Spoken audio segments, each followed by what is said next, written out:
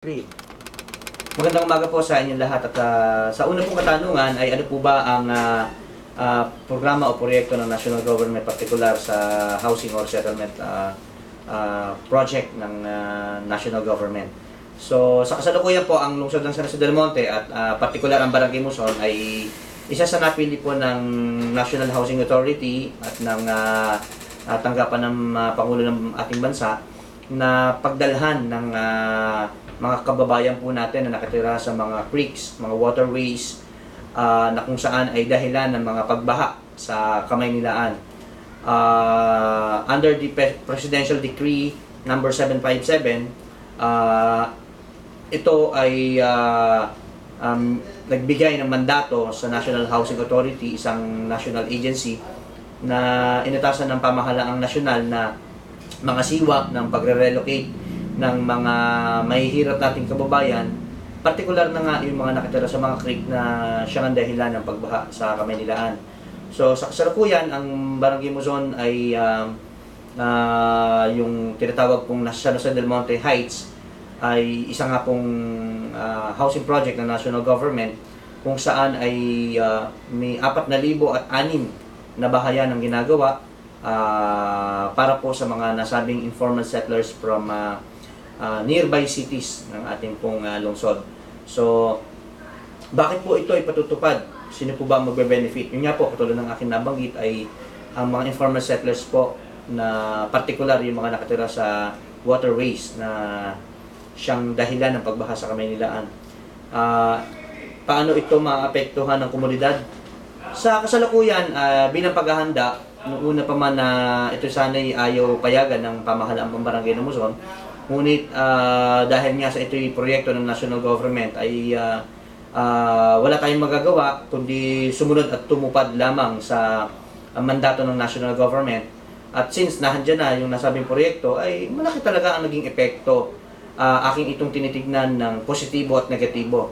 Siguro yung negatibo muna. Yung sa negatibo, syempre, ang sa kasalukuyang mga nangyayari, nadagdagan tayo ng mga iba't ibang mga problema, partikular yung mga awayan ng mga magkakapitbahay dahil yung mga inirelocate naman dyan ay hindi naman din nagmula sa isang lugar lamang. So, naglagay tayo kaagad ng temporary barangay hall sa nasabing housing project upang sa gayon ay meron na kaagad na magbabantay sa katahimikan kaayusan ng nasabing lugar at gayon na rin ay meron na rin didinig ng mga iba't ibang mga problema o issues or concern ng mga nakatira doon. At gayon din, sa positibo naman, sabi ko nga atin nung bumisita ang mahal nating Secretary Mar Rojas, since sila kapwa po natin Pilipino, ay mas tinignan po natin ito bilang isang positibong bahagi naman ng pagdadala sa kanila rito. Ito may kaugnayan din sa mga dati na ring experience ng ating barangay, no? Yung mga pangyayari na kung saan nung dati ilan lamang ang nakatira dito ang huling biyahe ng jeep mula Kanto ng Muson papuntang Tungkumbanga ay alas 5 ng hapon.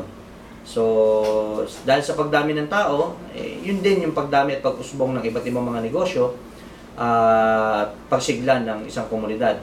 So, kahit saan naman na lugar, ang aking pagtingin ay maliit man o malaki ang populasyon, nandun naman yung problema ng yung kaguluhan.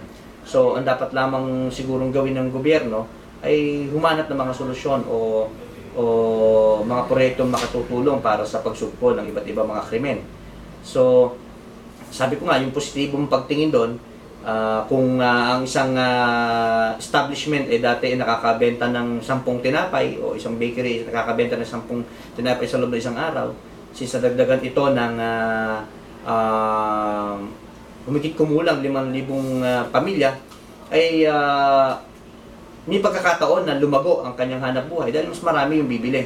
So, parang naman tugunan yung usapin ng problema sa pagkapayapaan at pangkaayusan, sa kasalukuyan ng pamahalaan ng Barangay ng Muson ay nag-install ng mga CCTV sa iba't ibang bahagi ng ating lansangan, mga pampublikong paaralan, at ang kasunod niya ay mga pag-install mga CCTV sa loob ng mga subdivisions, pribado man o government housing project ay lalagyan ng CCTV upang maging bantay sa lahat ng mga krimen maaaring mangyari sa aming komunidad. So, yun lamang po at maraming salamat po. Magandang umaga.